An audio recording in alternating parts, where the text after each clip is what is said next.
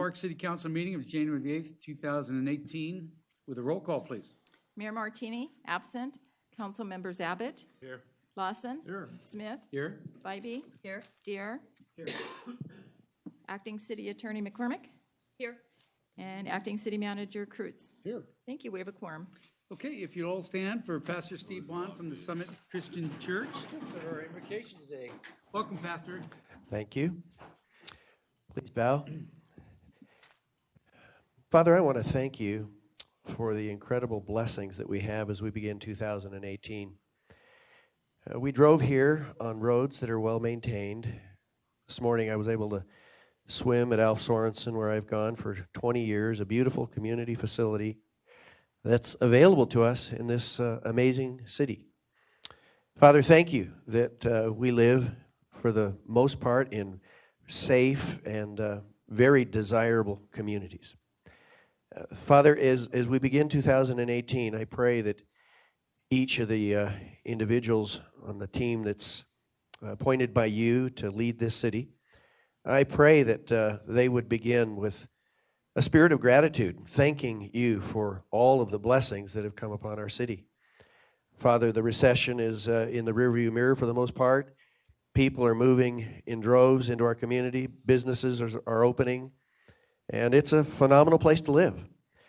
And so I pray, Father, that as they deliberate on issues that probably will be complex, I pray they would not forget the amazing blessings that we do have. And that with a spirit of gratitude, they would go about their business. As I pray often, Father, give them wisdom.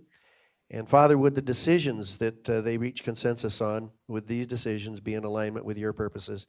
Father, I commit this meeting to you and these leaders that you have appointed to these roles of responsibility. I commit them to you in the name of Jesus. Amen. Amen. Thank you, Pastor. If you will remain standing for the Pledge of Allegiance, Ms. Bybee, would you lead us, please? I'd like to. Please join me in the pledge. I pledge allegiance to the flag of the United States of America and to the republic for which it stands, one nation under God, indivisible, with liberty and justice for all.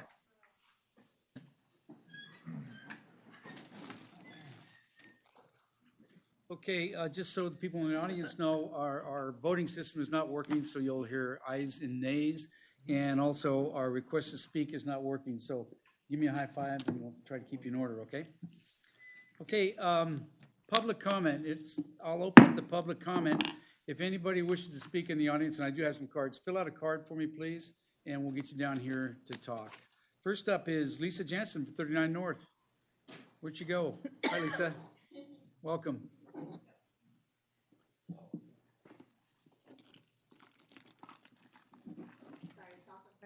Fire. Is this on? Yeah. So I had to sit with them because, it's a good time. So good afternoon. I'm Lisa Jansen, and I'm here on behalf of 39 North to give a quick recap of 39 North Pole Village that we just had in December. This was the third year of the event, and we saw a huge amount of growth. I really love this event because it's for families, and it's free, and it's all about the holidays, which is really fun. We estimate our attendance was 13,000 this year, which is a huge bump because the year before it was about 5,000 or 6,000. So we're really proud of that.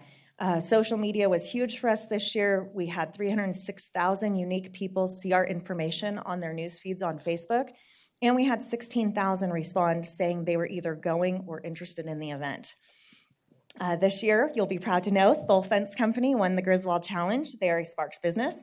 They took home $350, and for the first time, we had a plaque and an award ceremony. Kind of a big deal. The award was presented by Councilman Smith and Miss Sparks. Also new this year, we had a radio partner, which was KBUL 98.1, 95.5 The Vibe, KOH, and Wild 102.9. We also expanded our news coverage this year, which is really great for Sparks because you guys got a lot of exposure out there. We did, on Thursday morning, 2 hours of interviews, and it was 22 degrees out. So it's a little rough, but it was definitely worth the coverage. And one of our interviews on Facebook had 59,000 views. So it was really great for us. We were able to grow this event thanks to sponsors, including City of Sparks Tormark, and we want to say thank you so much for all of your support. We also want to do a special shout out to Eli, who's our electricity elf. Make sure Ron will tell him. Eli is amazing. He was out there. It was freezing. He kept a sense of humor and a smile, and we really loved working with him. We also appreciate the thoughtful discussion the council and the commission had about the inflatables we use. Allowing us to use the taller inflatables really made the event spectacular. So thank you for listening to our concern over that. We're already making plans for 2018, so save the date, December 6th through the 8th, and we plan to make some improvements. We know we've got some work to do. Anytime an event grows like this, there's definitely some growing pains, but we're excited to tackle that. So thank you again for your support and your time today, and I'm around if you guys have any questions about the event. Thank you. Thank you, Lisa. I thought it was a great event, by the way. Thank you. Thank you. Okay, next up is Anonymous. Come on down. How are you? Welcome.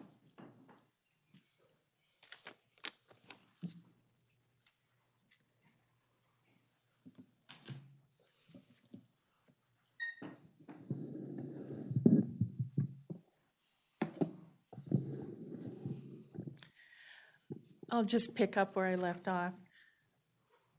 If we could have the camera trained on the documents, the reason these documents are important is these are the documents that are before the courts right now. And we just got a ruling that the judges are looking now at the defendants that we are naming personally.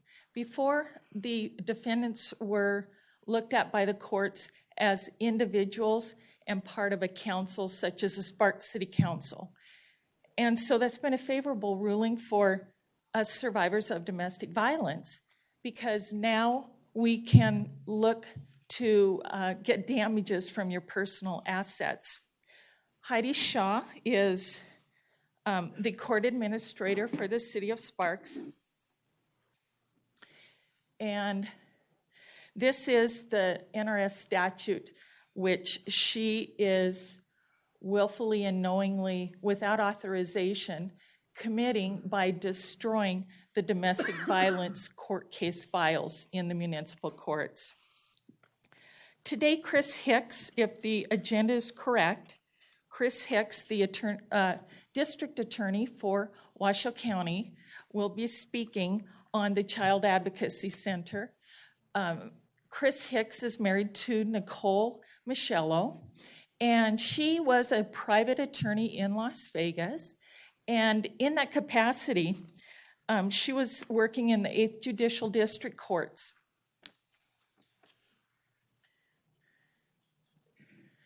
This is what was being put into the court case files in the 8th Judicial District Courts when Ms. Michello was in Las Vegas. And this document was placed in lieu of the photographs of the domestic violence survivors. The photographs, of course, were from head to toe, bruises up and down the children's and the mother's bodies.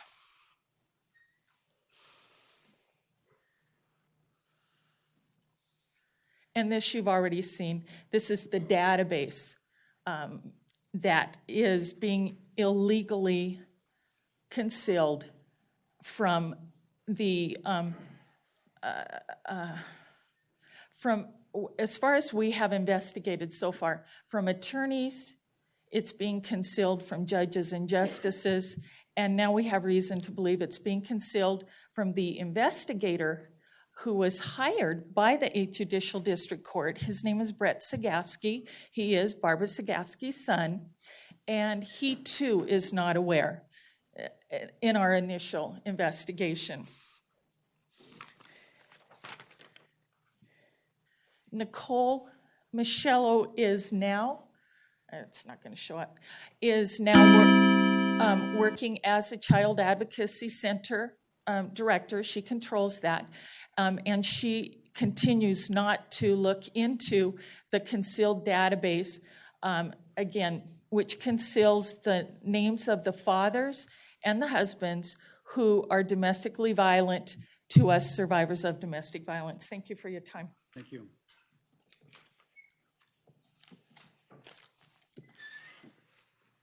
Well, this is Little Miss Energy, Mary Coopersmith. Come on down. Welcome. Hi, good afternoon, City Council. Thank you for allowing me a couple of minutes to talk. My name is Marcy Coopersmith. Live in Sparks. I'm a senior and I'm a volunteer. And I'm here today to thank you for being so pro-senior. Every time we've invited and reached out to this council, you come to our functions, our events. And Councilmember Abbott is a wonderful liaison for us, for our senior liaison. He shows up at all of our meetings. It's just great that we have people that are electeds that we can reach out to who respond. The reason I'm here today is please, we want to get a senior citizen advisory board back up and running in Sparks. Councilmember Lawson had done one years ago. And we have so many seniors who are coming to me saying, hey, what's going on? We want to join. We just want to be the eyes and ears for you guys in the community. You've got a lot of seniors moving here, active seniors. We don't want any funding. We just want to be able to have a voice and get Sparks seniors out there and heard. So please, whatever you can do to get it on the agenda so we can at least discuss forming it, thank you. And Wayne is another great senior volunteer who's going to talk for a minute, if that's okay. Wayne Alexander, and I'd like to acknowledge the seniors that are in the room with us. Just to let you know, we have a good backing of seniors, and going along with Marcy, what Marcy said, I think it would be great. City of Reno has one, Washoe County has one, and I think the city of Sparks would do great with a group to represent the seniors. Thank you. Thank you. Thank you. Mr. Cruz, could you follow up? Yes, sir. With I thought we already asked that I to thought we be had brought back also. too, so Yeah, I thought. I think it's just a matter of whatever you energizing that committee, because we just put it on hold. And report back to you. Yeah. Okay. Thank you. Thank you. Thank you. Mary Cooper. Come on down, Mary. How are you? Thank you. My name is Mary Cooper. I'm with the Martin Luther King Jr. Holiday Committee. We're having our events this coming weekend. Sunday at 3 o'clock at the Unitarian Church in Reno will be like a memorial service. This is the 50th year anniversary of Dr. King's death, and it's a big milestone. On Monday at 9:30 at the LDS Church in Sparks at the corner of Rock and McCarran, we will have a caravan. What the caravan is this. My husband, the late Reverend Oni Cooper, was the main force at getting the Highway 395 from Bordertown to the Mount Rose Highway, known as the Martin Luther King Jr. Highway. And he started up the caravan so that people would be reminded not only of Dr. King, but of the naming of the highway. And we get in cars and just have a caravan down the highway. And if any of you could come to either of these events, we would really be appreciative. This is the 20th caravan and the 32nd memorial service. And we're doing things different because all cities go under different changes, as do organizations, and ours has had that happen the last 2 years. So we very much want to invite you and everyone else. Thank you. Thank you. Ms. Bybee. Sorry. Quick question. Sure. I just turned it off. I'm sorry. On Monday, where does the caravan start? What time? It's at the LDS Church at Oh, that is Rock at and the LDS. McCarran, Okay. and they are providing refreshments. So the program basically starts at 9:30. They'll have a Okay. short program, the refreshments, and then we get on the road. Also, the caravan is quite heavily populated with members of the press, the TV cameras, and So has been so far 9:30. every year. So it's a good opportunity for probably some of you to get interviewed if you like. Okay, They so like new 9:30 on, faces. 9:30 on Monday then. 9:30, Okay. and the caravan will probably start about 10:45 and get on the road, and we go down probably to Stead, and then down to Neal Road, and then back to the church, and then we disband. Okay, thank you. Thank you so much. Thank you. Thank you, Mary. Anybody else wishing to speak in the audience? Come on down, Bill. Then fill out a card when you're done speaking, all right? Yeah, I couldn't fill out a card because with no pen. Okay. Welcome, Bill. Thank you.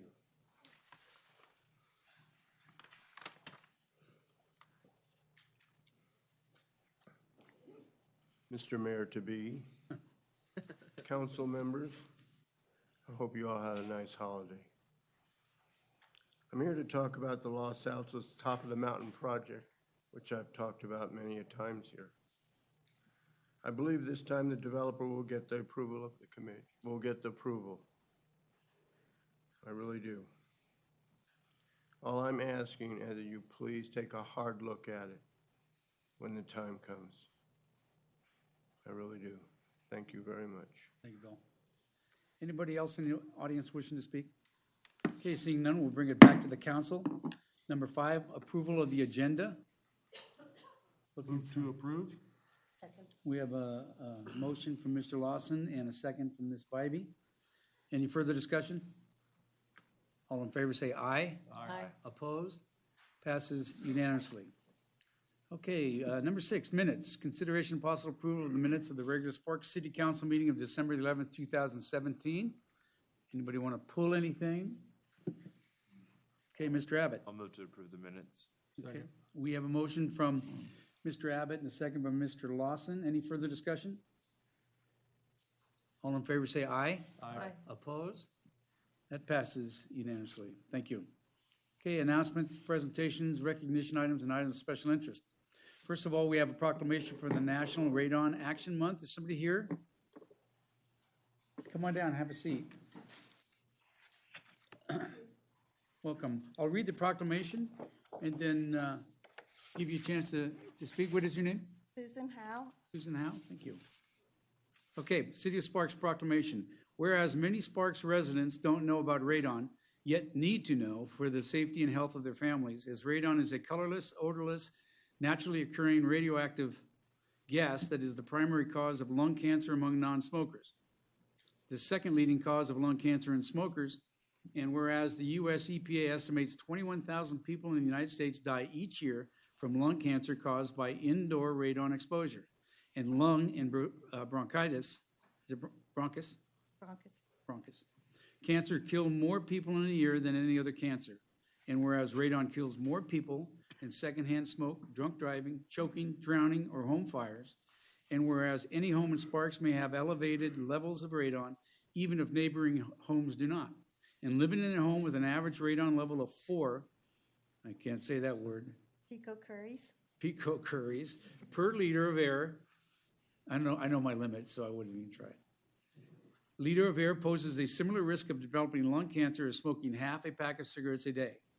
And whereas testing is the only way to know if a home has an elevated radon level, and testing is easy and inexpensive, and when identified, homes can be fixed.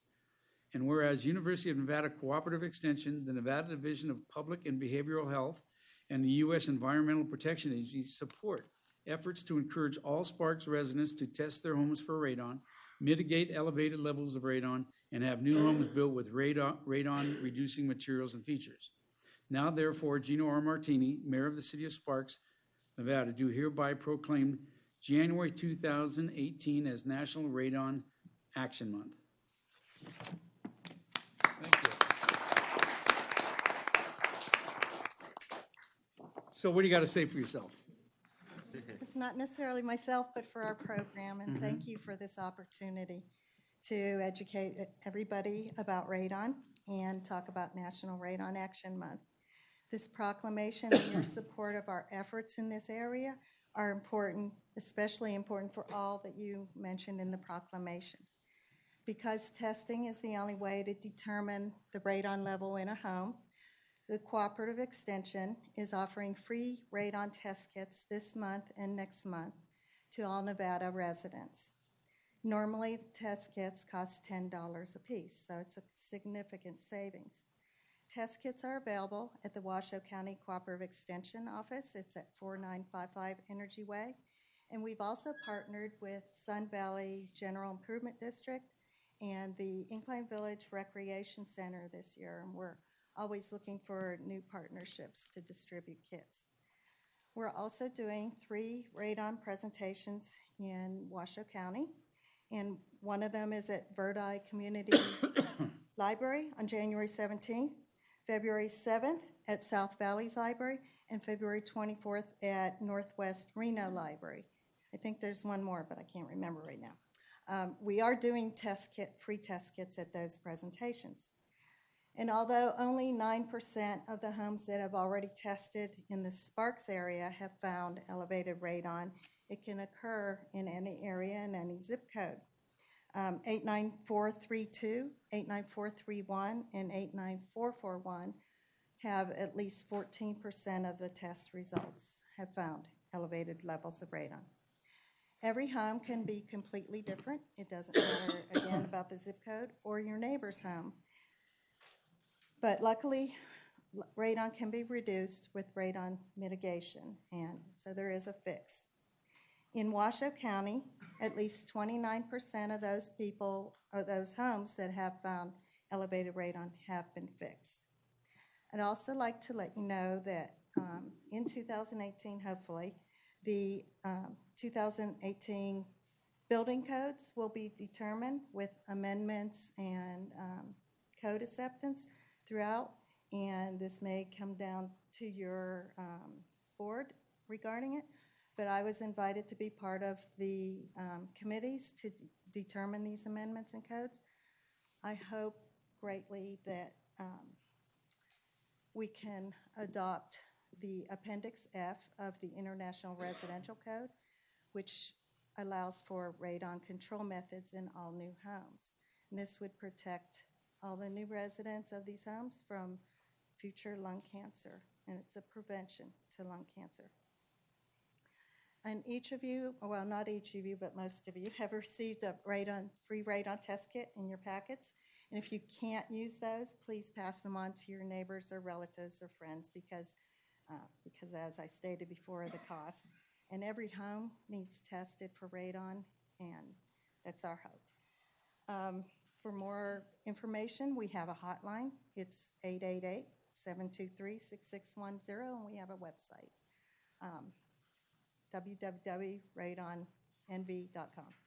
So if you have any questions. Oh, I also had this little flyer. I don't know if we can put it up. And it's about the radon presentations and where people can get test kits. You know, I have a question. I tested my home last year, and we were good. Once it's tested and you're okay, or once you're tested and it's bad, can it change? If it's bad. So if it's good, meaning- let's say it's good, there's no Okay. radon detected. Meaning less than 4 picocuries. And EPA recommends that you test every 2 years. Okay, And before and after remodeling, because things can change when you remodel, and if there's significant seismic activity, because that can open up new pathways or close okay, them. good. And if it's found, there is a fix, but further testing is recommended before you jump to fixing it. Okay, thank you. Any questions? Well, then why don't I present you with this and we'll, Thank you.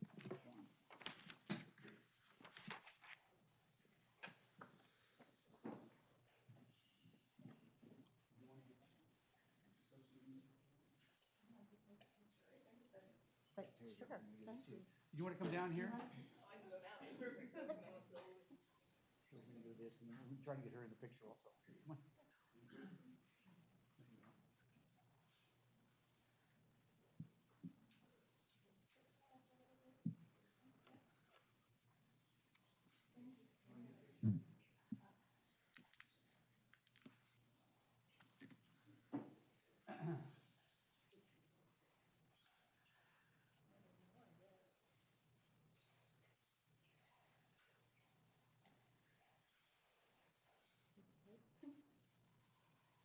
Okay, thank you.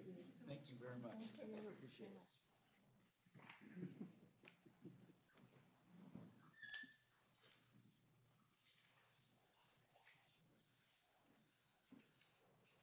Okay, 7.2, the presentation of the Golden Sparky Award. I've been waiting for this. I've been waiting for this now too. Look at this. It looks like it should have been at the Nugget instead of the, With the rooster. yeah, with the rooster. It's delicate. That is so cool. Good afternoon, Mayor and City Council members. Thank you for allowing us to address the council today. I'm Sylvia Lee, and I'm Vice President of the Fire Prevention Association of Nevada, also known as FPAN. Established in 1969, FPAN is a statewide organization made of fire marshals, fire prevention officers, fire and life safety educators, and industry members whose mission is to enhance the fire and life safety of citizens and visitors of our great state of Nevada. We accomplish this mission with established fire and life safety programs and by working and partnering with the Nevada State Fire Marshal's Office, the Nevada Fire Chiefs Association, the Nevada State Firefighters Association, and we're also a chapter of the International Fire Marshals Association, the International Code Council, and we work closely with the Public Education Division of the National Fire Protection Association, also known as NFPA. I'm joined here today with the Nevada State Fire Marshal, Bart Chambers. And also with industry member Michelle Turner. She's with Balfour Property Restorations. And also with Jeff Donahue, Regional Education Specialist with the National Fire Protection Association. We are here to recognize City of Sparks Fire Marshal Bob King with the state of Nevada's highest award for outstanding achievement in fire prevention and fire safety education, the association's inaugural Golden Sparky Award. As most people know, Sparky, a Dalmatian, is the national mascot of the National Fire Protection Association and a symbol of fire prevention and fire safety education. Fire Marshal King has been selected to receive this award for his dedication and commitment to fire safety education and to the citizens of the City of Sparks with the highly successful Project Safe Survive a Fire Emergency Smoke Alarm Installation and Education Program, and the Nevada Fire Protection Association Remembering When, an older adult fire safety and fall prevention program. In speaking with Fire Marshal King recently, I asked him what they'd accomplished thus far. And since it was initiated in 2007, they've been in 1,203 homes. They've installed 3,661 smoke alarms, 819 carbon monoxide detectors, 65 hearing impaired detectors, and educated approximately 5,000 adults and children. The Remembering When program was initiated in 2016 as a supplement to Project Safe. Project Safe has been in place for 10 years. It's the longest running smoke alarm installation and education program in the state of Nevada. In order to sustain this program, Bob had to create a golf fundraiser that has been up and growing for 8 years. The tournament has become so well known that year after year, players save the date and plan vacations around it. It's because they know they are supporting Project Safe, seeing colleagues, friends, and people they know in the community, all while having a great time. I know this because I saved the date. Thank you, council members. I'm Michelle Turner. I just wanted to say a few things as well about Bob King and Project Safe. I have been a sponsor and helping out for the last 6 years with Project Safe in both the golf tournament as well as doing installs and public education. The tournament has become very important for local businesses and volunteers who return year after year. This event is not only a fundraiser keeping Project Safe alive, it has become a fun place for fire and life safety education. Bob is creative in how he keeps the golfers engaged year after year. When you come to a couple of the holes, you have to answer fire prevention safety questions in order to win a prize, which keeps people interested and actually, wanting to know what's going on. Bob has personally been a mentor and role model to myself working in the disaster restoration business. I've gotten to be work with extremely amazing people, including Sylvia and Jeff and Bob and Chief Chambers, and just seeing the way Bob has led the charge on all this. And honestly, I have a true love of fire prevention now and life safety because of Bob King. So thank you. Suffice it to say, if Bob and his staff weren't doing this, we believe families in Sparks would be at risk. It must be noted that the Golden Sparky Award is a perpetual award, and that in addition to Fire Marshal King receiving this personal award, he will be named on a monument award displayed at the State Fire Marshal's office in Carson City. Fire Marshal King is the first recipient of this award, and FPAN will also be submitting his name to the National Fire Protection Association for consideration of their National 2018 Fire and Life Safety Educator of the Year Award.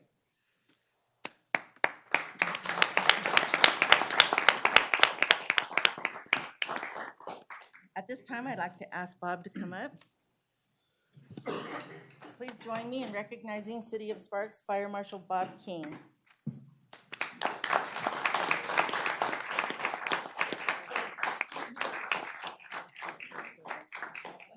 They named that dog after a good city. Yeah. I always thought it was our mascot name of our city. You're right, Ed. Would you like to come up? Sure, you want to come up here with the council? Oh, that would be awesome. Yeah, come up here. You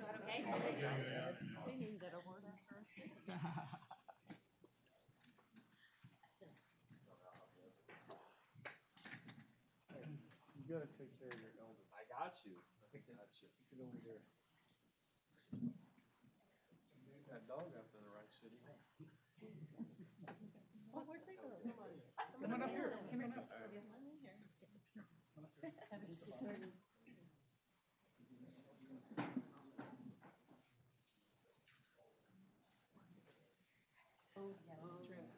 Good point. Come on. Yeah, thank you. They know. We can all. Right? Fair enough.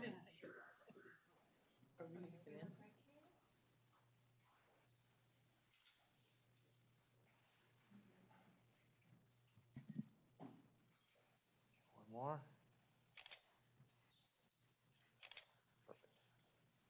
Thank you. Thank you.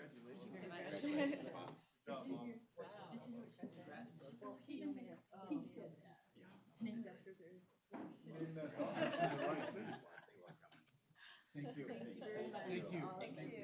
Thanks so much. Thank you. It's good seeing you again.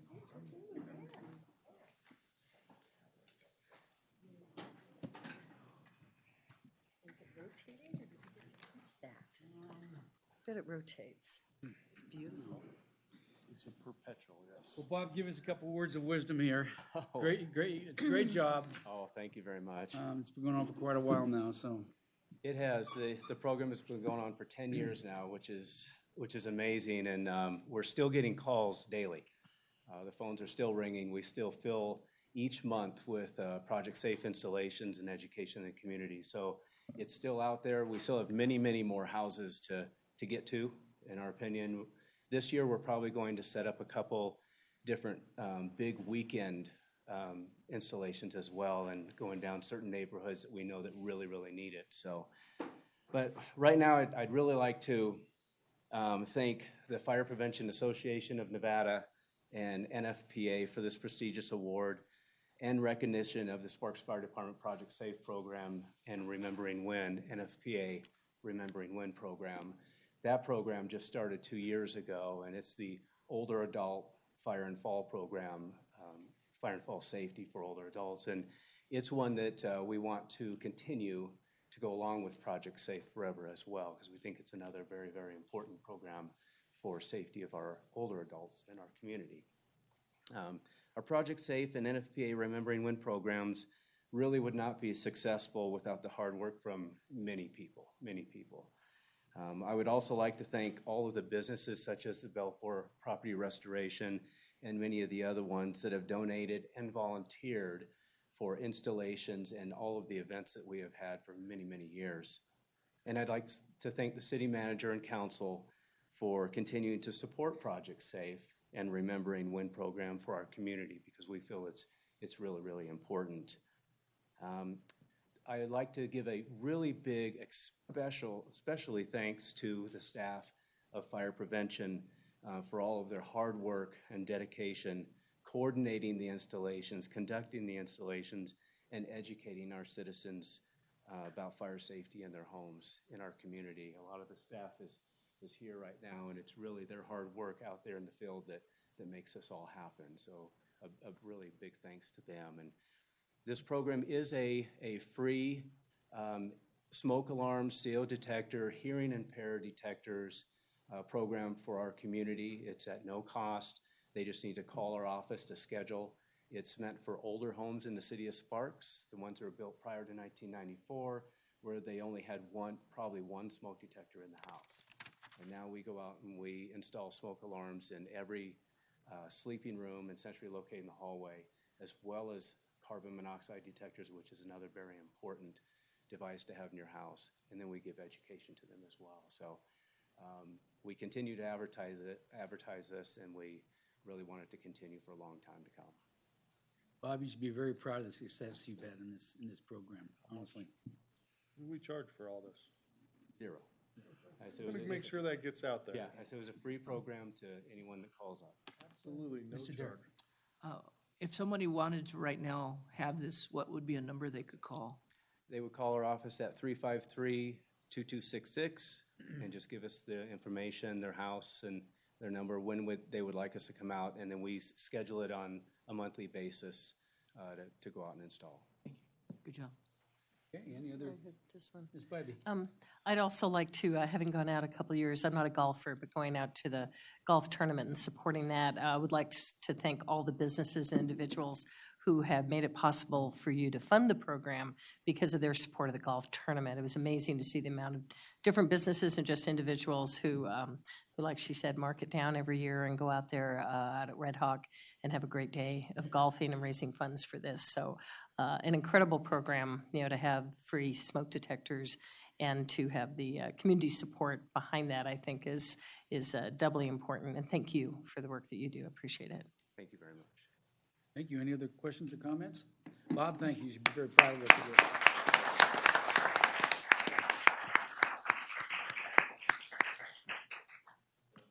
Okay, we'll move on to 7.3. Presentation, winners of the 2017 Sparks Hometown Christmas Parade. Francine, welcome. Hello. Hello. Francine Burge, Special Event Supervisor for the record. I'm going to read off the award winners, and if you are in the house, if you would, just come up onto the dais and we'll do a group shot with everyone and their awards, and we'll just do this really quickly. I know a lot of people can't make it because so many of the participants are children and they're in school right now. So the first one is Jenny's School of Dance. I know. Where are those cute dancers? Jenny's School of Dance. These were the ponytails, right? Yeah, they had the. Yeah. Chase International Real Estate. Sparks Kiwanis. Yeah. Yay.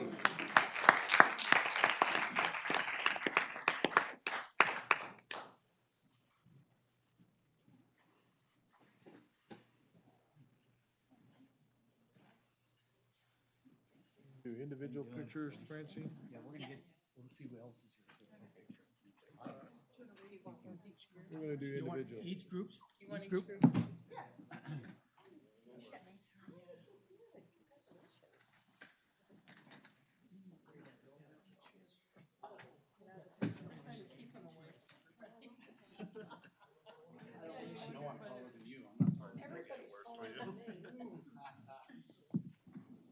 Sparks Kiwanis won for Best Community Group.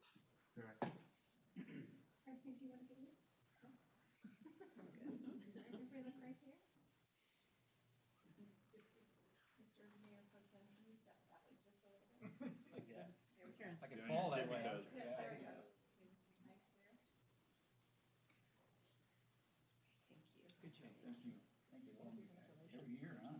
Vintage Ford of Northern Nevada won Best Vehicle Entry.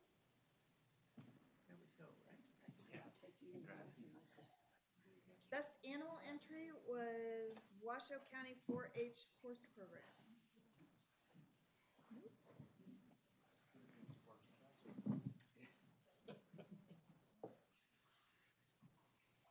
Mayor's Own Marching Band won Best Marching Band. It's rigged. Girl Scouts of the Sierra won Best Float. And then I know we have the Best Overall here. Yes. Yeah. The Washoe County Library System.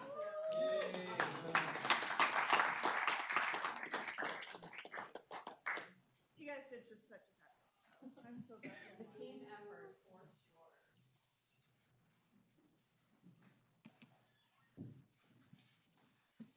Congratulations.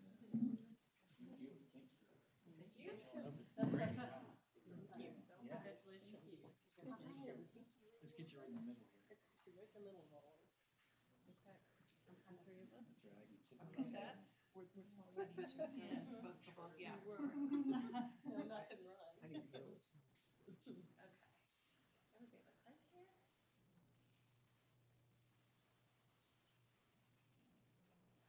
Thank you. Thank you. Congratulations. Thank you, everybody. Thank you. Thank you. And we have one last award for our Grand Marshal because he hasn't gotten enough awards lately. Our Mayor Martini has gotten a nice award, so I will send that out over to his office for him.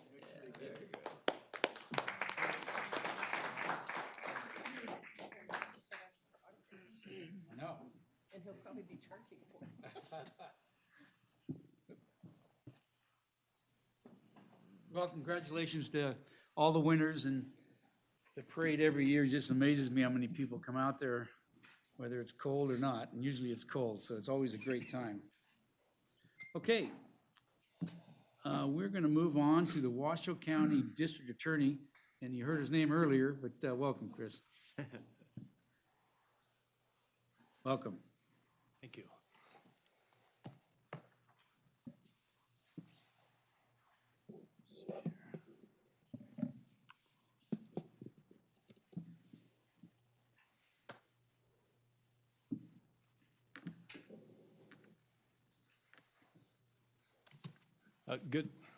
Good afternoon. Hopefully you can hear me without me leaning over too much. I wanted to thank you for allowing me to speak today. It's really an honor to come down before you. As you know, the Washoe County District Attorney's Office is a regional office. We serve Sparks and Reno as well as Washoe County, and that's really why I asked to be placed on the agenda today. I've been the district attorney for 3 years, and I have not appeared before this council, and it occurred to me that that would be a good thing to do. Because I want to update all of you, our governmental leaders of Sparks, as to what the District Attorney's Office is doing. And tell you about a couple programs we're doing, a couple accomplishments we've met. I'm only going to scratch the surface because I'm going to do this quickly. But I'm here to report that the District Attorney's Office, I believe, is as strong as ever. And I have a few things I'm very proud to share with you. Before I do, I just want to take one moment to acknowledge Chief Allen, who I think is still sitting back there behind me. It's a pleasure on a daily basis to work with the men and women of the Sparks Police Department. And it's a real privilege to work with Chief Allen. He and I have a great relationship, and I believe the citizens of Sparks are well served by his leadership. So the first thing I was going to show you is just a brief overview of what the District Attorney's budget is. As you can see, it is largely based on salary and benefits, and that's because we have 179 full-time employees. With 63 attorneys, that makes us the largest law firm in Washoe County. Some of our primary functions are criminal prosecutions. We charged over 20,000 charges last year. Indictments to the grand jury. We're the legal department for the entire county and all of its various departments. We handle forfeitures for all our local law enforcement agencies. And what that is when law enforcement seizes illegal property or funds from a criminal, we take it to court to make sure those forfeitures are followed through with. It's typically drug dealers, their ill-gotten gains off our community. We make it a point to seize that money. We seized over a $250,000 last year. Our Child Welfare Division works with our Human Services Department in Washoe County, and that primary function of that department is to protect abused and neglected children who are in dangerous environments in our community and make sure that they're placed in safe ones. And Our family support division, that collects child support for all of Washoe County. A lot of people don't know the district attorney's office collects child support. I'm proud to say that we're the #1 collection agency of child support in the whole state. And we collected over $27 million last year that goes back to families in our community. And then obviously we do the very important job of providing assistance to victims of crime and witnesses. So a couple of highlights. A couple of years ago, we created a first-of-its-kind specialty court team. And why that is important is because there's 12 specialty courts in Washoe County. And those are courts that are centered on treating people that are low-level offenders, low-level crimes without a long criminal history, who might have substance abuse problems, might have mental health problems. And the real goal of that is to get them on the right path before they become hardened criminals that we keep seeing over and over again. And the best standard in any specialty court is to have a district attorney there as well. And that never had occurred before. So now we have two of my not most veteran, but very veteran prosecutors that go there every day and are staffing those courts, and we're having great success there. On the flip side of that, we've really stepped up our prosecutions of violent and repeat offenders. Violent offenders that present a danger to the community, we have very low tolerance of those individuals. And repeat offenders, those that continually come back again and again and again, we've made an agenda item to seek more habitual criminal habitual criminal sentences under the NRS statutes. We've had 4 times as many habitual criminal sentencings in the last 3 years. So our Child Advocacy Center, it was mentioned earlier. I want to tell you a little bit about it. It opened in the spring of 2014. And it's a multidisciplinary approach where law enforcement, prosecutors, social services, medical, all come to one facility. And that facility is a child-friendly facility.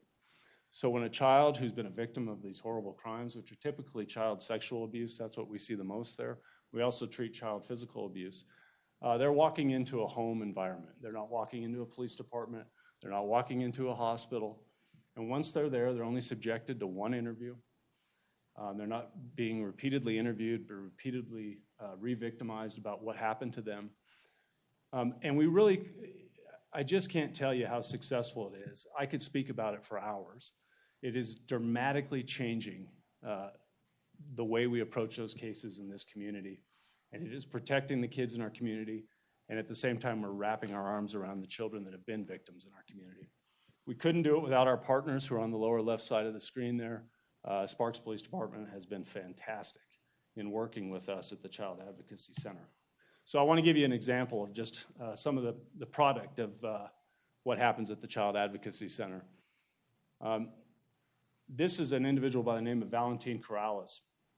And last year, we tried him in front of a jury as the largest sexual abuse trial ever tried in Washoe County. Corrales sexually abused 6 different girls over a 25-year span at the ages of between 7 and 9 years old, oftentimes subjecting them to daily sexual abuse. It was one of the hardest cases I've had to watch, but I'm proud to say he was convicted and he is serving 39 life sentences. And that is not this amount of number, but the amount of life sentences we're seeing against child sexual predators because of the Child Advocacy Center is remarkable. So this really shows its need. We've already had over 1,200 victim interviews since we opened in just 3.5 years. Now, aside from the prosecution, which I get hung up on the prosecution all the time because that's what I believe in, but the counseling sessions are just as important. We were able to bring counseling to the Child Advocacy Center. And so at the same time we're starting very successful prosecutions, we're actually giving free counseling to those children the minute they disclose so they can start moving forward and hopefully improving their future. Our prosecutions have increased. As I said, since it's opened, the courts have handed down 92 life sentences against child sexual predators in our community. And actually, I need to update this. It's over 100 now.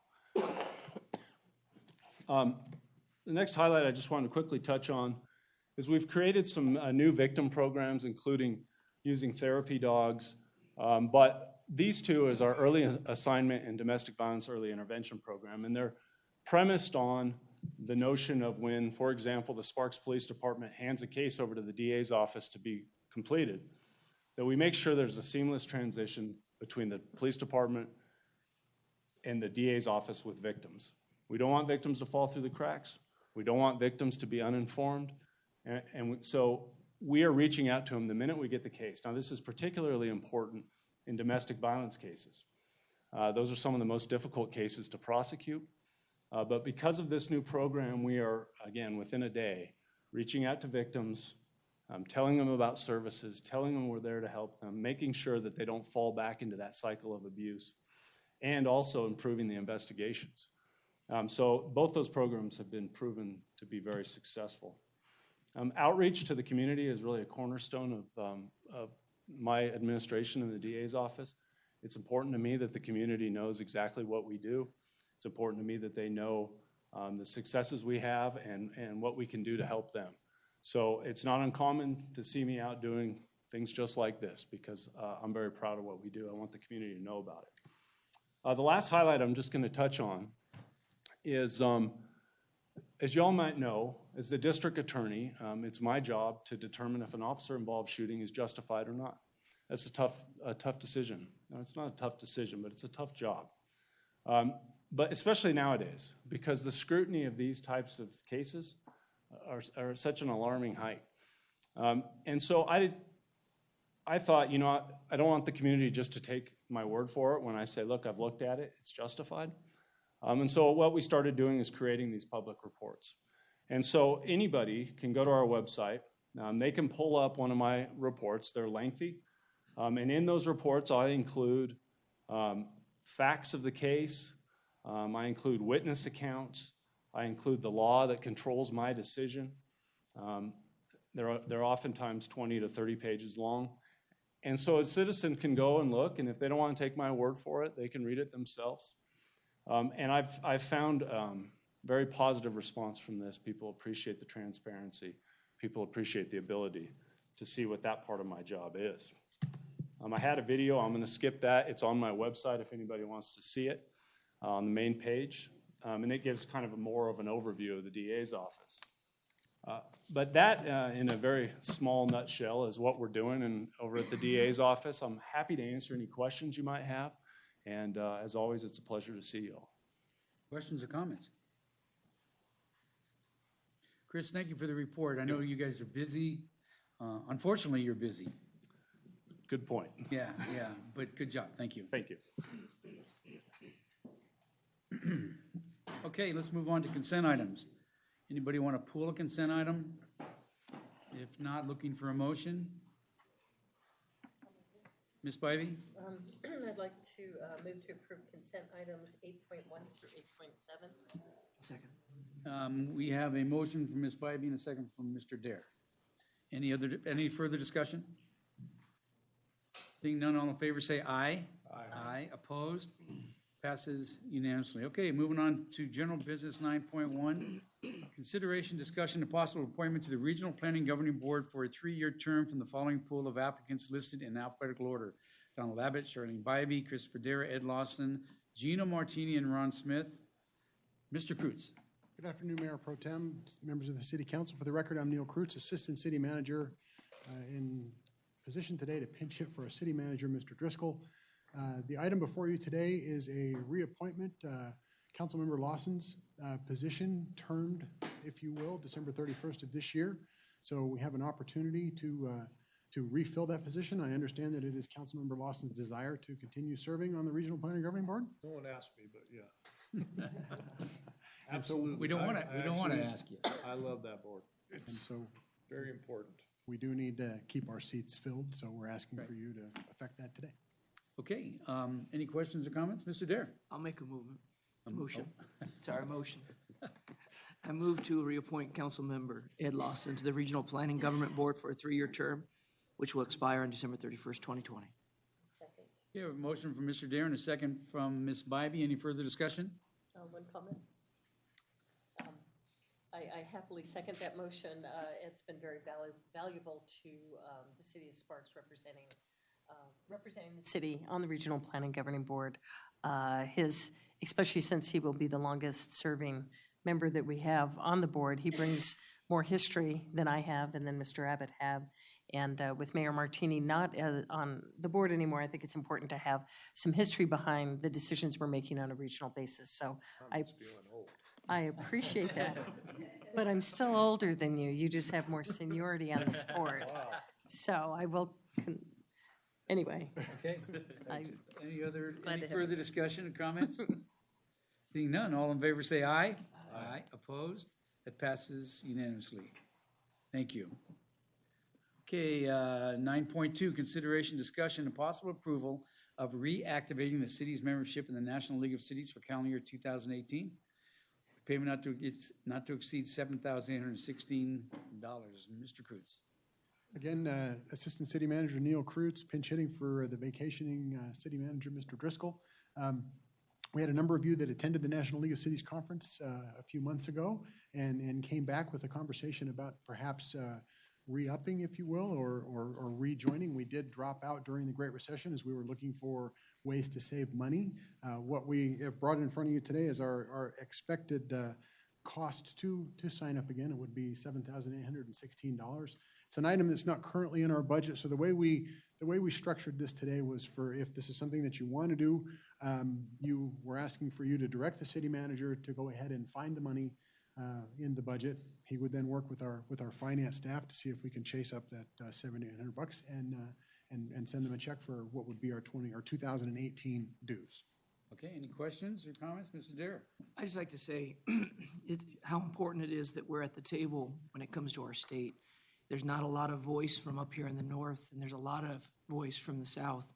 And I think it's so crucial that we're involved in that. And so it's one of those things that there's many different areas that are going to federal.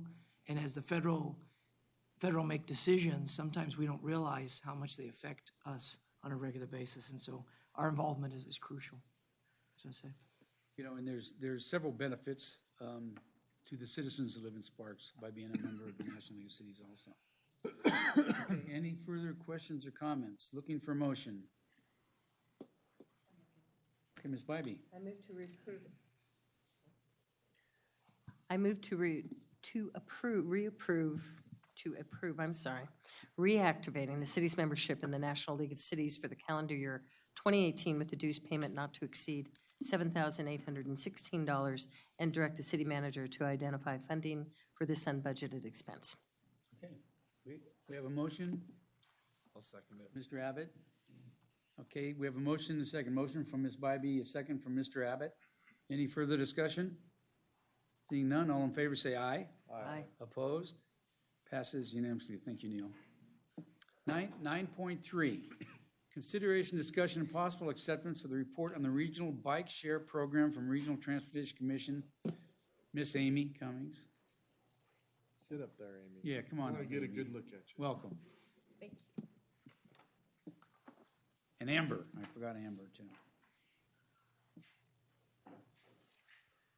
Mayor Pro Tem, members of City Council, Amber Sosa, Transportation Manager. The City of Sparks staff has been a participant in a regional approach to learning about bike share and the feasibility of bringing it to our region. This presentation today is intended to give City Council an update on the status of that project and gain support moving forward. With that, I'd like to introduce Amy Cummings, the RTC Director of Planning, and I will turn it over to her. Thank you. Over here, and I'd also like to introduce Rebecca Kaffner, who is our project manager for our bike share study. Welcome.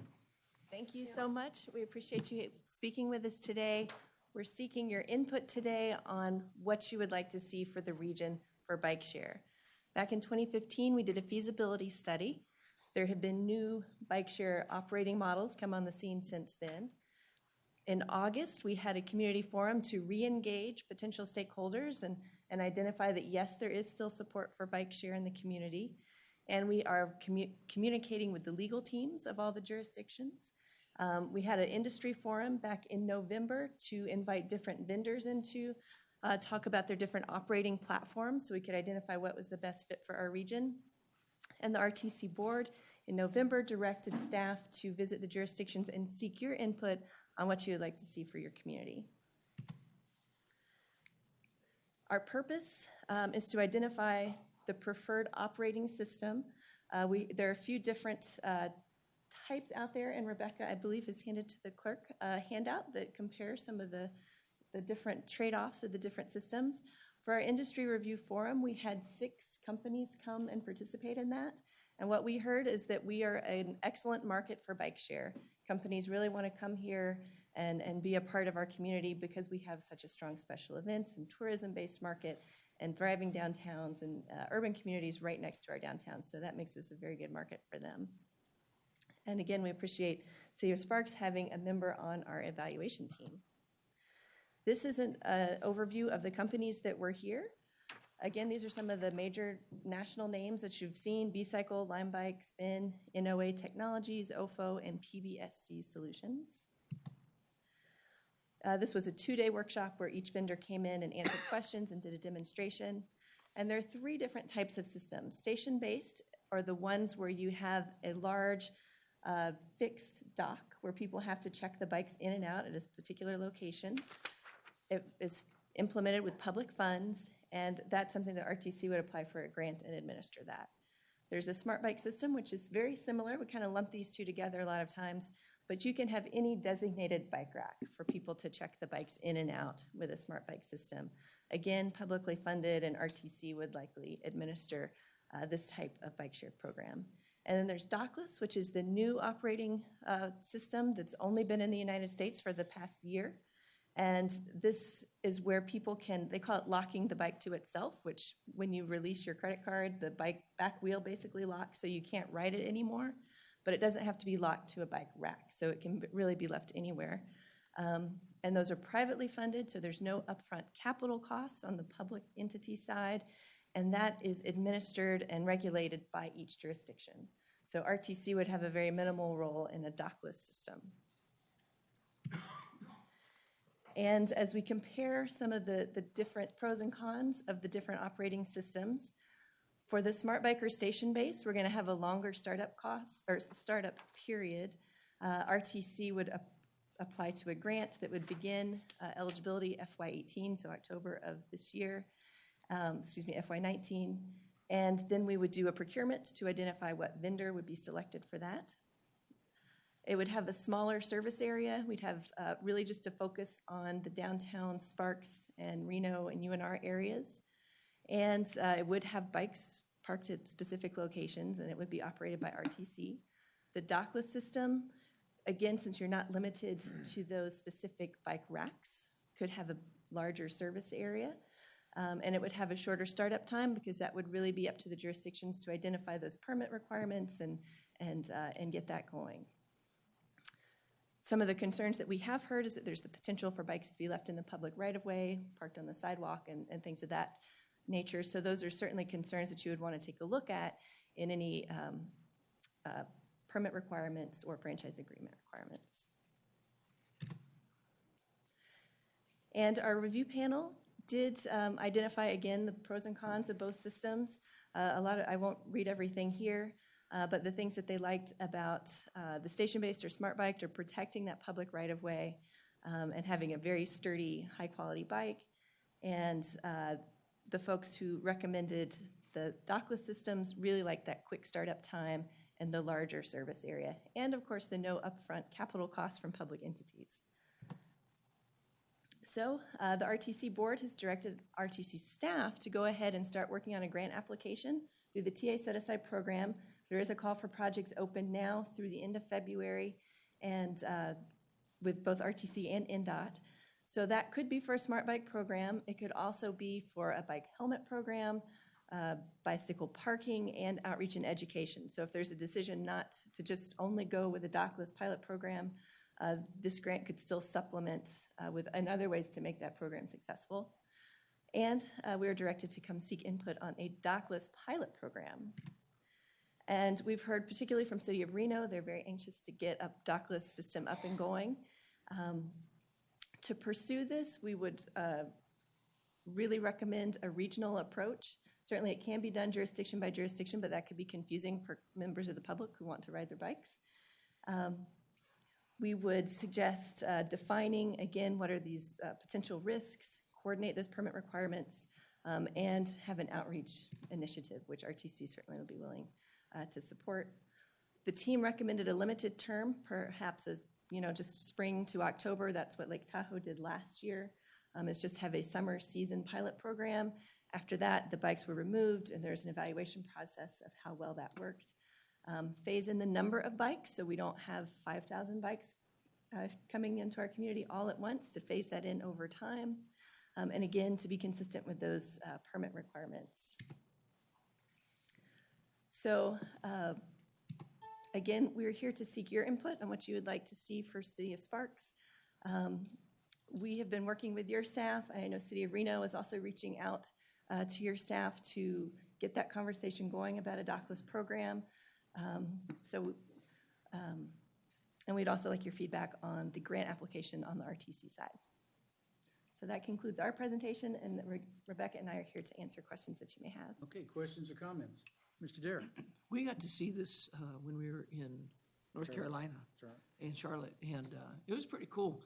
The only thing that probably brings question is the risk of people leaving a bike wherever. We did see that, actually, where you'd see. And so is that something that, is there someone's job to make, because it's going to happen, it's worth the risk, but is there someone's job in the RTC that goes and moves these back around into the areas we want them? That is the key question with all of this, really. And it typically is, we're trying to learn from the issues that other regions are having. It can be built into the contract of whoever that vendor is. So it's a staff person of that company who, when they get a complaint, is going to send someone out quickly. And so defining the amount of time they have to move those bikes is really one of the key things to take a look at when you're doing those permit requirements. But it is typically done by the vendor or the contractor. And I would add not just the amount of time, but the number of staff they have. If you do a pilot, it might be nice to put something in the permitting requirements on staff to bike ratio or time, like Amy was mentioning. Well, and I would definitely lean towards not having capital costs for us to do this. But it is pretty cool because it kind of creates that, it's very touristic in a sense. People come in and they can get a bike and they can go and they can go around. And I do like the idea that it's a summer pilot program because, during the winter, you're not going to use them anyway, unless the weather stays whatever. Okay, Question. So the pilot program would just be for the dockless.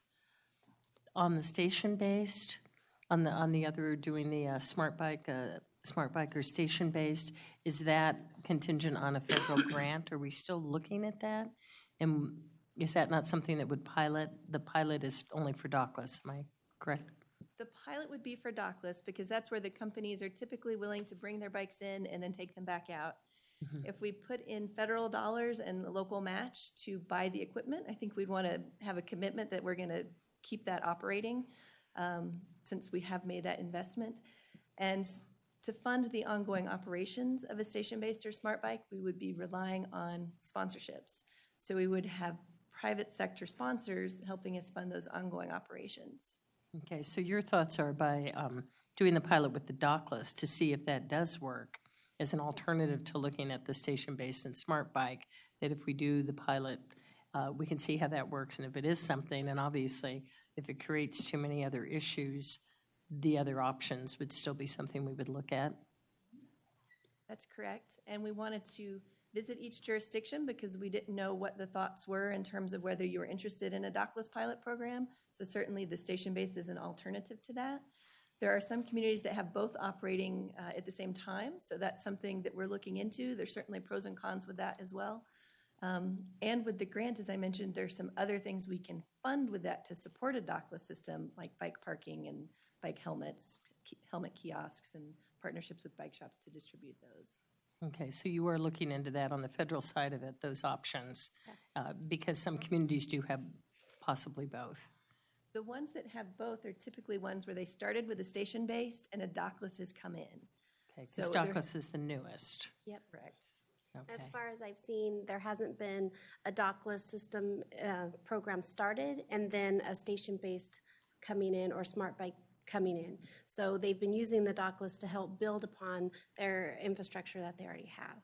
And with the dockless, can people just take them home? I mean, once you've paid for the bike, you can pretty much take it anywhere.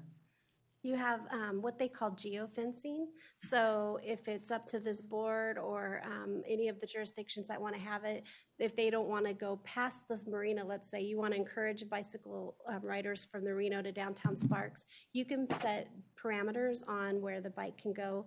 What'll happen is it's kind of like if you're a golfer, I don't know if you have any golfers here, but if you go outside where your golf cart's supposed to go, it beeps at you. That's kind of what the bike does. And that would be in that agreement, again, with the provider, that if the bikes are parked outside, that they would maybe do some incentives to give an extra ride for someone who will go get that bike and bring it in. Unless they don't do that, then they'll have to go get it themselves. But you can set a geofencing, or they can ride it anywhere. And Amy had alluded to South Lake Tahoe. One of the things that they found was interesting, that a lot of their casino workers were actually using the bike for transportation to and from work. They expected it to be very tourism-based, and they were pleasantly learning that more people who lived in the area were also using it. But they can take it home, lock it up, and if somebody else takes it, they won't have a ride to work tomorrow, right? Or they can go check it out again the next day. Well, and I mean, the whole idea of the bike share, I mean, you do think of the tourism aspect of it. So I think of the marina, I think of downtown Victorian Square and the new 4th Street, the Prater 4th Street corridor, but also the university. So there are a lot of students who come in here to go to college that don't have cars. So whether they're to jobs or heading into Midtown or whatever, I kind of like the fact that it would serve multiple uses for recreation, for exercise, the Truckee River, all the places in town, as well as the practical use of it too. So I support the bike share program. I've seen it in other cities. I've seen it in London. I've seen it in China. I mean, where everybody has bikes. So it's kind of crazy to see the bright, lime green or bright bikes in other places, but a means of transportation too. So I support the program, and the pilot, I think, is a good idea to see how that goes before we would lock into something like that. So thank you for the information too. I appreciate it. Okay, any other questions, Mr. Lawson? So is this program anywhere in the West, and particularly a community of our size? Bike share in general, or dockless or station-based? Give me any of them. I'll give you the whole gamut, anything that works in that realm. That is roughly 400,000 people and the same weather conditions we have. Well, in our region, we had the summer pilot program in South Lake Tahoe. Truckee has a very small program between the airport and their downtown for pilots, but it's been very effective at what they wanted it to do. Las Vegas has a station-based in sort of the old downtown Las Vegas, and that's been going for a couple of years. Yeah, about a year. And they're very happy with that. Sacramento also has a station-based, and that's been in place now for a while, and they're happy with that. How about a Boise? Boise has bike share. I believe there's a station-based that has been running for a few years now, and it's been very successful. What do we consider successful?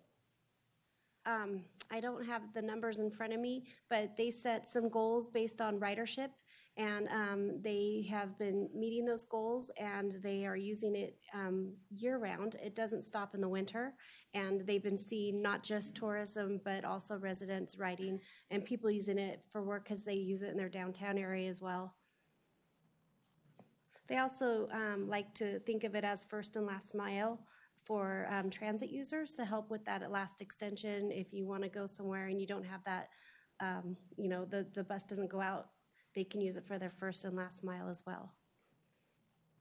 I'm just skeptical on the whole thing. I have this picture in my mind of lime green bicycles at the bottom of the river. Mm-hmm. That's why building in those protections is so important on the conditions for whatever vendor comes into place, because that has happened in most communities where dockless bike share has been in place, and we want to learn from those concerns. Thank you. Okay, any other questions, comments? The federal grants, are they available for the dockless? There's no federal grant money needed for Dockless because they're all venture capital backed. They're not asking for public So funds. let's get past the grants for the station-based and the smart bikes and the dockless. What's the cost per year once we put the program in place? Well, for the station-based, we would be looking at about 800,000 per year to operate Is that for the region? for the region. And that's where those private sponsorship dollars would come in. We would be looking to our corporations in the region to help support that. And we have heard interest that there are some companies that would be willing to step up and do that. And that's been successful in many other communities. It would be about the same for the startup costs. So we'd be looking for about an $800,000 or $900,000 grant combined of the RTC TA set aside and the NDOT TA set aside funding for the startup costs. And that's my problem with the whole program is the startup, we can get that covered, but the yearly nut that we have to crack is pretty steep. And, you know, we're dealing with a lot of issues. I'm in favor of you going forward with this and seeing what you can come up with, but by no means am I sold on spending, you know, our share, whatever that is, on per year. One thing that I learned that helped me relax, because I felt the same way as you, and I thought that's a pretty heavy price to pay, especially if we don't have the money, is that if you do a agreement with an operator, and with that operator, you ask them to go out and do the sponsorships, it's in their best interest to make those sponsorships happen. Otherwise, they're accountable for that operation cost. Okay. So it's kind of, I think of it as like the realtor of bike share. There are businesses that go out and they operate and maintain and manage and solicit the types of sponsorships needed for the community. When I was in Charlotte, they had both. They had a station-based and the dockless. The dockless bikes seemed to be everywhere.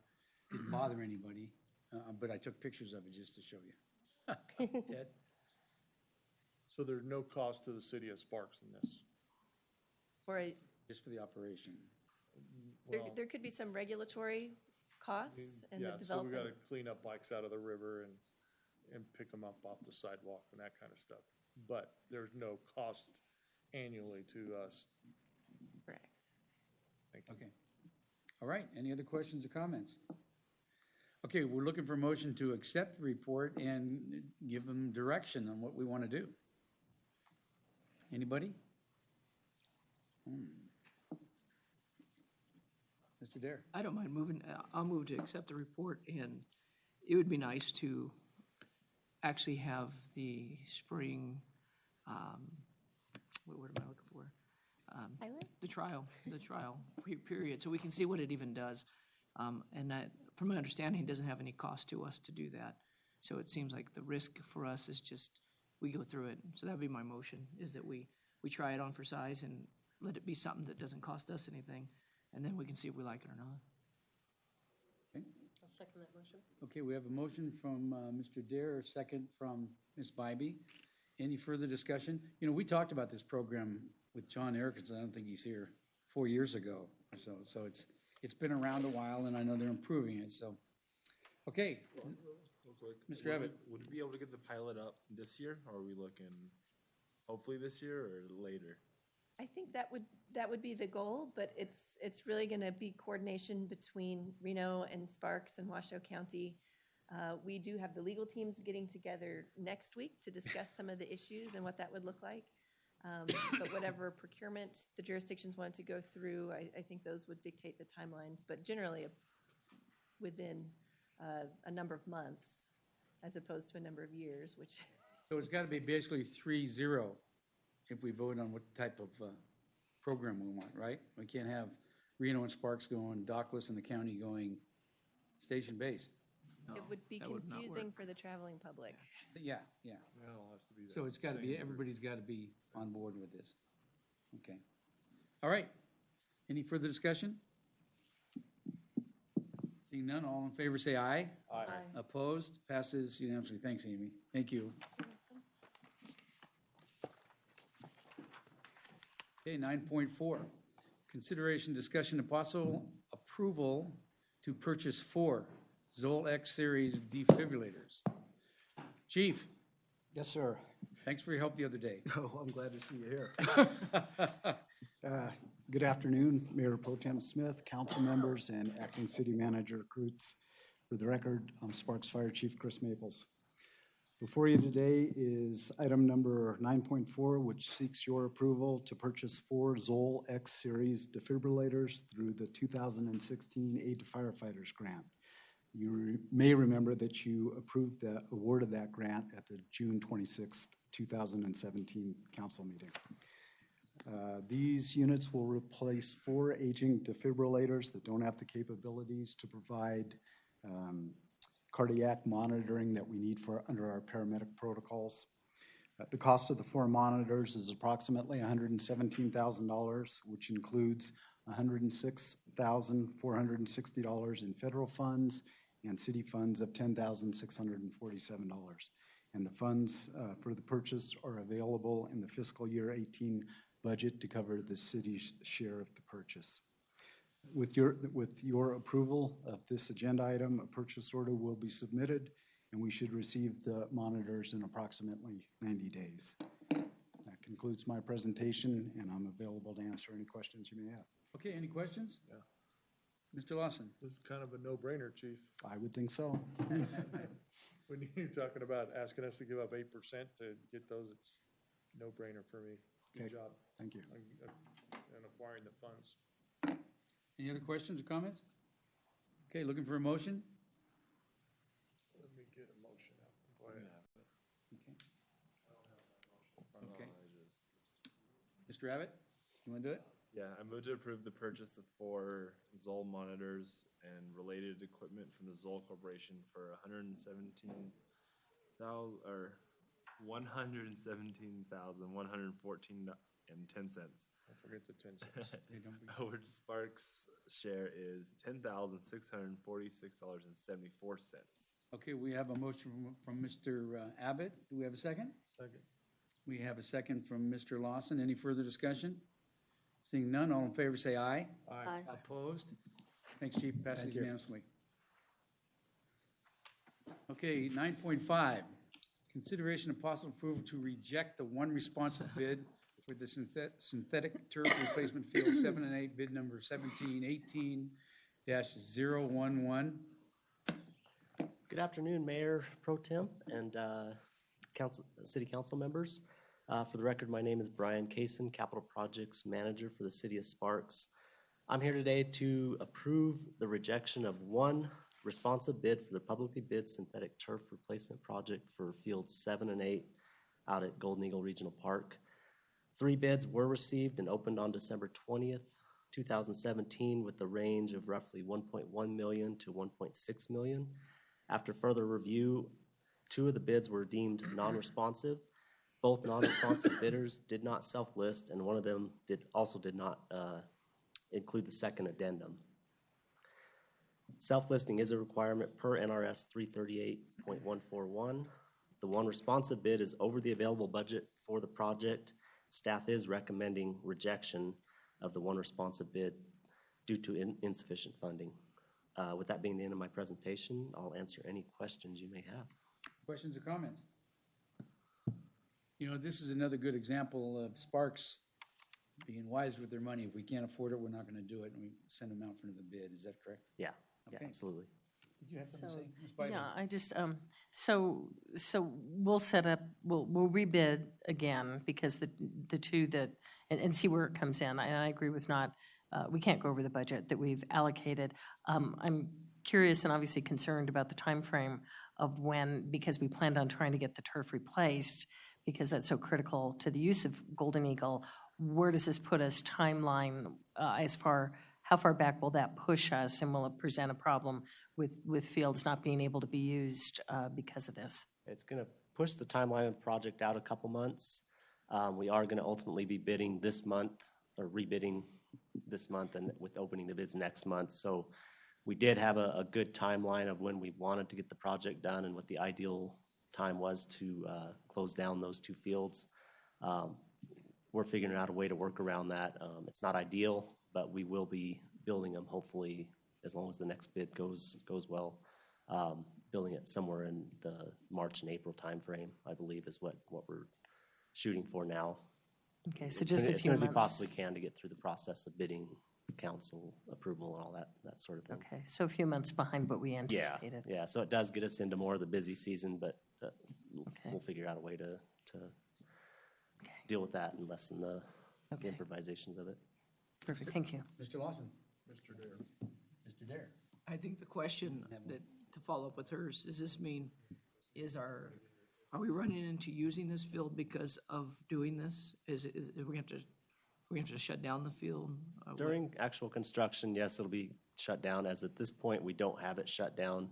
We're doing maintenance on it, trying to keep it up as best we can until we can get it replaced, but until that time. But the timing, I think what she's talking about, Yeah. at least what concerns me is if we wait too long, one, doesn't seem like pricing is getting better. So I think when we got there and bid, I mean, at least construction, I don't know, and that's where this might not be the same as other construction. Do you see that as does our bids still seem to be in the right, what we're asking for budget-wise? Are we asking for a miracle? We were told by the consultant that we've used to plan out the whole structure of this, that if we can get it out quickly, then we're still in there getting in a good time frame of being able to hopefully get some decent bids out of this. I mean, the overall 3 bids we received, the costs were, I mean, they were right. The average cost was pretty much right where the engineer's estimate was at. So we didn't see anything that was overly drastic. It just ended up being, we have out-of-state bidders or out-of-the-area bidders, and they're just not familiar with that law. And so here we are. Thank you. Okay, any other questions? Looking for a motion? Mr. Abbott? Move to reject the one responsive bid for the synthetic turf replacement, field 7 and 8, bid number 17/18-011, PWP WA 2018048, due to insufficient funding. Okay, we have a motion from Mr. Abbott. Second. We have a second from Ms. Bybee. Any further discussion? Seeing none, all in favor say aye. Aye. Opposed? Passes unanimously. Thanks, Brian. Thank you. Okay, 9.6, consideration, discussion, and possible action on a request for approval of the final development handbook for Kylie Ranches North Phase 7. Welcome, Karen. Good afternoon, Mayor Pro Tem and Council. I'm Karen Melby, Development Service Manager. Give me a second. I have to bring up my exhibits. Before you today is a consideration and possible action on a request for a final development handbook for the Kylie Ranch North project. This is known as, oh, I opened the wrong one. I'm sorry. I opened the next case. Anyway, this is Phase 7 of the Kylie Ranch North project. It's approximately 68.7 acres. You can see it outlined here in blue. Up here is Lazy 5 Parkway, soon to be Winfield Hills Road, when it connects to Pioneer Meadows. This is would be here the extension of Kylie Parkway, and then here's Windmill Farms connecting to the property. As I said, it's 68, almost 69 acres. Though this is called Phase 7, this is actually the 8th phase of this handbook.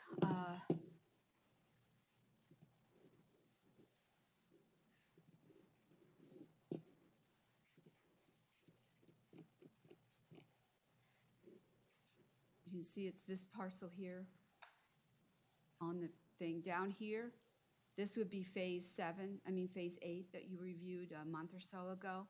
That's where the schools will be located, at this corner here. Again, this is Kylie Parkway. This would be Lazy 5 up here.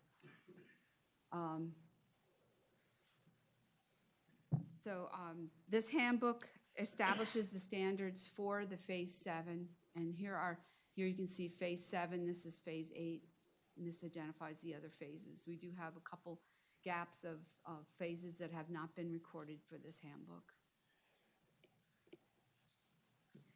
Staff has compared the Phase 7 development standards to those that were approved in the tentative handbook by City Council and determined that the standards in this proposed, or this final handbook are actually identical to the standards for this district. This handbook only has one land use, which is the LMR. It does have a little tiny piece of open space here, but for the development standards, there's only one land use category of LMR, which is the low-medium residential designation.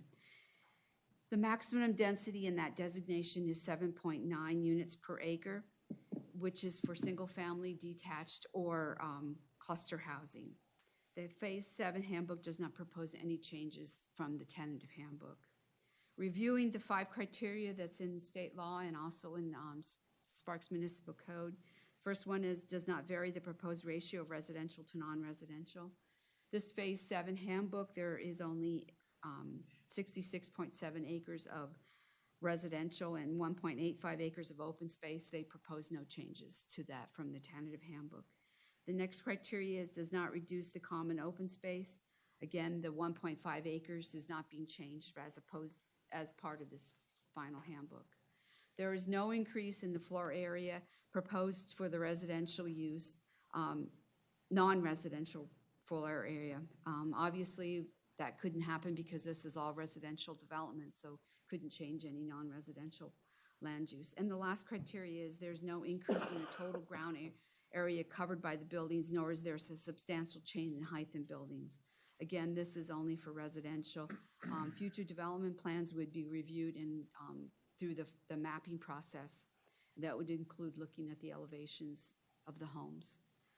Based on the 5 substantial compliance criteria that's listed in the Sparks Municipal Code 20.02.012 and NRS 278A 540, staff believes that the final plan development handbook for the Kiley Ranch Phase 7 is in substantial compliance with the tentative handbook. Planning Commission and City Council both recommend staff recommend approval. That concludes my presentation. I'd be happy to answer any questions. Thank you, Karen. Any questions or comments? Mr. Dare. I'll just make a motion, if you're ready for that. Yeah. Okay. I move to approve the Kiley Ranch Phase 7 Final Development Handbook, PCN 170051, as it is in substantial compliance with the Kiley Ranch Plan Development Tentative Handbook based on the facts and findings set forth in the staff report. Thank you. Okay, we have a motion from Mr. Dare. We have a second from Ms. Bybee. Any further discussion? Seeing none, all in favor say aye. Aye. Opposed? Passes unanimously. Thanks, Karen. Okay, 9.7. Consideration, discussion, and possible action on a tentative map for the subdivision at Liam Court. Request associated with PCN 17-0020, a 7-lot, single-family residential subdivision. Mayor Pro Tem Smith, members of the City Council, I'm Armando Anels, the Assistant Community Services Director. I wanted to take a minute just to introduce to you Jonathan Cummins. He is an assistant planner with the City of Sparks. He's been with us 6 months.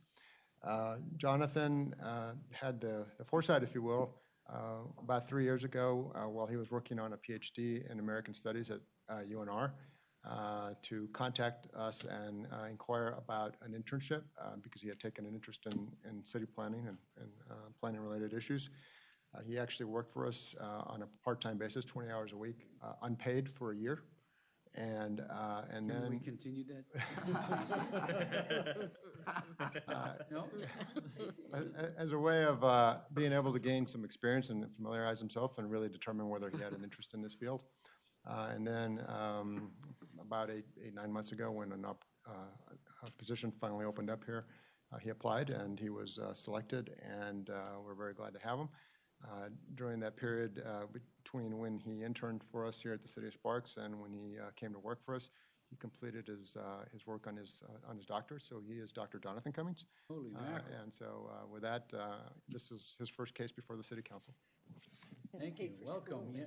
Where have you been hiding for the last 6 months? I have a little piece of an office in City Hall. Glad to show you anytime. Okay. Welcome. Thank you. Thank you, Mr. Mayor Pro Tem, members of the council. I'm Jonathan Cummins, Assistant Planner. I wasn't expecting Armando's introduction, so now I'll try to reorient myself to where. They gotta live up to it. So I'm presenting to you case PCN 17-0020, which is a tentative map request for a residential subdivision of 7 lots on Bria Circle, or on the property, 1.96 acre property on the southeast corner of Bria Circle and Spanish Springs Road. A little background, in 2005, the property was rezoned from SF40 to SF7, at which time City Council approved a tentative map, which has since expired, and the applicant reapplied for that tentative map in July of 2017. With the recommendation of the Planning Commission from their December 7th meeting, I'll present to you the following 12 findings for your consideration. Finding T1 requires conformance with the comprehensive plan. This project meets goal MG6, which promotes compact development, which reduces infrastructure costs for the city. Finding T2 requires conformance with the city street master plan. The cul-de-sac required for the subdivision would be long enough for 3 houses on either side and 1 on the end, proposed in the tentative map. The city engineer and RTC have pointed out no comments, no issues with the street. Findings T3 through T8 address impacts the tentative map may have on roads, utilities, public facilities, public safety, fire protection, and schools. Based on our responses from those divisions, we have no issues there either. Finding T9 specifically requires that the tentative map be forwarded to all affected outside public agencies. We sent it to RTC, School District, and Washoe County Public Health, and received no comments from any of those agencies. Finding T10 addresses fire protection specifically, and we've received notification from the fire department that the property falls within their 6-minute response time. Finding T11 addresses other impacts that the development might have. Staff believes that those are related primarily to architecture and landscaping, requirements for which will be outlined in the conditions of approval associated with the staff report. Finding T12 requires public noticing, and the posting of the agenda for today's meeting, as well as the previous Planning Commission meeting, serves to meet that requirement. And so based on Planning Commission's recommendation of approval that they forwarded to the City Council, I'll be glad to take your questions at this time. Okay, any questions or comments? Seeing none. Charlene, is this your one? No, it's Christopher's. Christopher's. Okay. It's Christopher's. Christopher. So I drive right there every day. It's on my way, my route. Probably the only question I do have actually has to do with some of the traffic.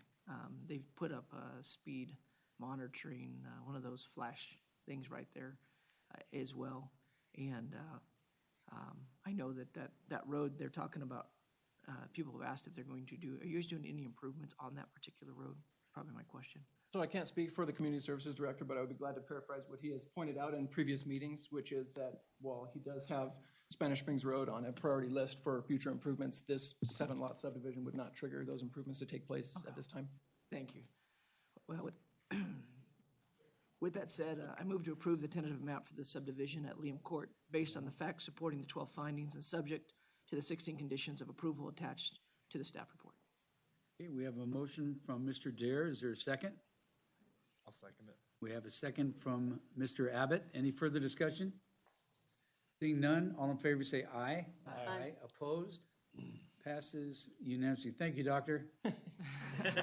Welcome, Doctor. Doctor. Okay, we'll move on to number 10. There are no public hearing and action items. Number 11, planning and zoning public hearings and action. There are none. So I'll open it up to the public for anybody wishing to speak at this time. Seeing none, we'll close the public comments and bring it back to the manager. Any comments from Ron. Mr. Abbott? Oh, Bill Wagner? Bill, did you want to speak again? Come on down. That's all right, come on down. I moved kind of fast on that. When it came to the bicycles, what about the helmet law? I don't know if there is a helmet law, but what happens if somebody's riding one of the bicycles and the bicycle malfunctions, I fall off of it, and I crack my head? Who's going to pay for these things? Those are the things I'm concerned about. And those are concerns they have. They'll go over the program with us before we'll okay anything. And I don't know if we have a helmet law for bicycles or not, and or if they're on their own. I know we do for motor-driven vehicles. Yeah. Well, that's We'll find just- all that out. That was Good just my question. thought. That's Yeah. all. Chief is Thank shaking you. his head no. Thank you very much. We don't? Okay. So you're on your own? Yeah. Okay. All right, then now I'll close the public comment and bring it back to the council. Anybody want to, Mr. Kreutz? We have an opening on our Civil Service Commission for a partial term ending June 30th of 2019. Persons interested in serving on this committee should complete a community service application available from the city clerk's office. You may also apply online at the city's website, www.cityofsparks.us. Click on Government on the web page, then under Boards and Commissions, click Volunteering for a Sparks Board or Commission. Then fill out the online application and submit. Applications will be accepted until the close of business on Friday, January 12th, 2018. Thank you. Okay, Ms. Even though he's not here today, I'm hoping he's watching or will watch later on Facebook. Wanted to do a big shout out to Mayor Martini being named as RGJ Citizen of the Year. Well-deserved. I mean, obviously all of us support him, but I think this community is better for his leadership. And thank you, Julie Duell, for nominating the mayor and having us have that opportunity to really showcase the work that he's done and the difference he's made in our community. So good job, boss, if you're watching. Very good. Mr. Dare? I'd like to direct staff, I'd like a little information on Al Swartenson. I've heard from a few different people now that it's closed on Fridays. And I know we have struggled that we don't have enough pool, and I would just like to know some information on the cost difference and things like that. I mean, obviously, I can tell by your smile, you've already thought about all that, but I would love the information if you don't mind. We will be happy to assemble the information and forward it to you. Your timing is fantastic, and as much as the Parks Director and I were having a conversation about this very topic this morning. Okay, well, thank you. And I know you answered the Smiths on that. Yes, thank you for doing that. Any other comments? You know, I would also like to congratulate our mayor. We are so proud of you, and the service that you provide to this community cannot be undermined. You do a great job, Gino, and we love you. Any other comments? Okay, seeing none, without objection, we are adjourned.